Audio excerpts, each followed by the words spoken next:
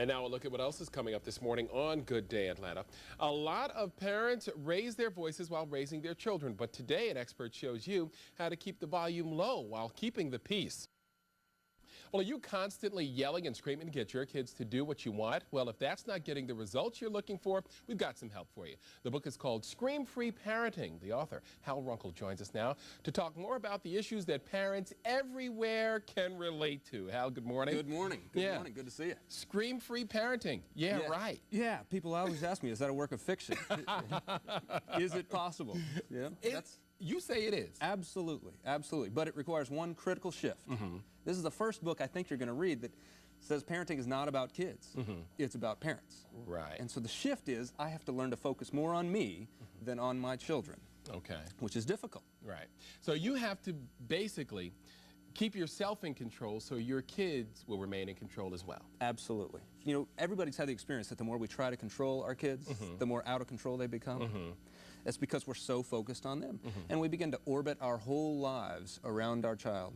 But we can't do that without giving them the impression that the whole world revolves around them. Right. And then we call them self-centered. Right. But we're the ones that created that.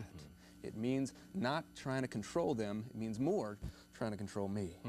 So are you saying less structure? No, not necessarily at all. But I'm saying create a structure that helps you remain both calm and connected at the same time. Okay. Now, a lot of times we lose our calm because we start talking about consequences. Absolutely. And throwing out these threats. Absolutely. You know, parents are good for some threats. Absolutely. Do the threats work? Well, not if they're empty. Okay. Empty threats are really broken promises. A threat is this promise that if you do this, then this will happen. And our kids are actually dying for us to provide that and provide that structure. So they want to know that there's actually a law of sowing and reaping out there. Right. You say let the consequences do the screaming. Absolutely. Right. So let them know that there are consequences for their actions. Of course there are. The thing is, we a lot of times get in the way. They'll make a mistake, and because we don't like watching our kids make a mistake, we'll either try and prevent it from happening because of our own anxiety. We'll try and prevent it from happening, and then we'll rescue them from the consequence. Right. And it's all because of our anxiety. That's why we have to focus on ourselves. A lot of times we confuse, I think, consequences with motivation. You know, if you don't do this, you know, then this is going to happen. Is that the best way to motivate our kids? No, not at all. The difficulty is trying to get them to discover their own motivation. It's not that I just want my kids to obey, I want them to want to obey. So I always have to ask this question, why in the world should my child obey me? Just because I said so? Why from their perspective should they obey me? What's in it for them? And so that's why I want to get to a position of influence.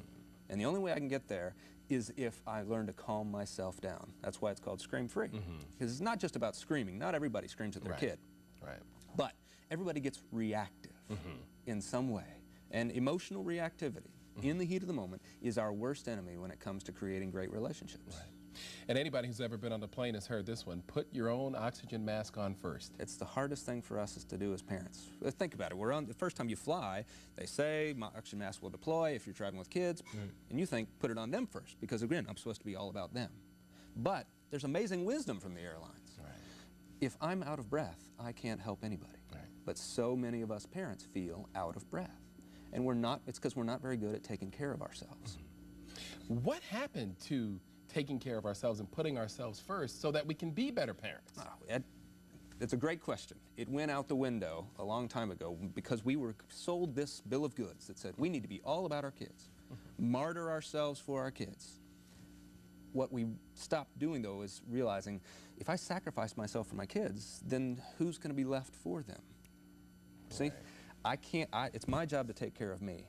If I can get a vision for taking care of me is the best thing I can do for my kids, then it's a lot easier for me to take 30 minutes and go to the gym. Develop my relationship with God, or do whatever it takes to make me the best parent I can be. Instead of needing them to behave in the supermarket so I don't have to blow up. Hal, thank you so much for stopping by. Great stuff. I appreciate it. Thank you. Pleasure. And there are so many more great ideas for keeping your cool while keeping the kids in check in Hal's book, Scream-Free Parenting. He's doing several book signings in the area, including Books A Million at Discover Mills on Tuesday, then Barnes & Noble at the Forum in Duluth on Saturday. For a complete listing, you can log on to screamfree.com. 7:47 is your time. Let's get over to Jeff in the Forecast Center. Jeff, some good stuff in there, huh? I was just going to say, I think I need to get that book. 50, not that I've ever screamed, but no. Yeah, sure. Yeah, 49.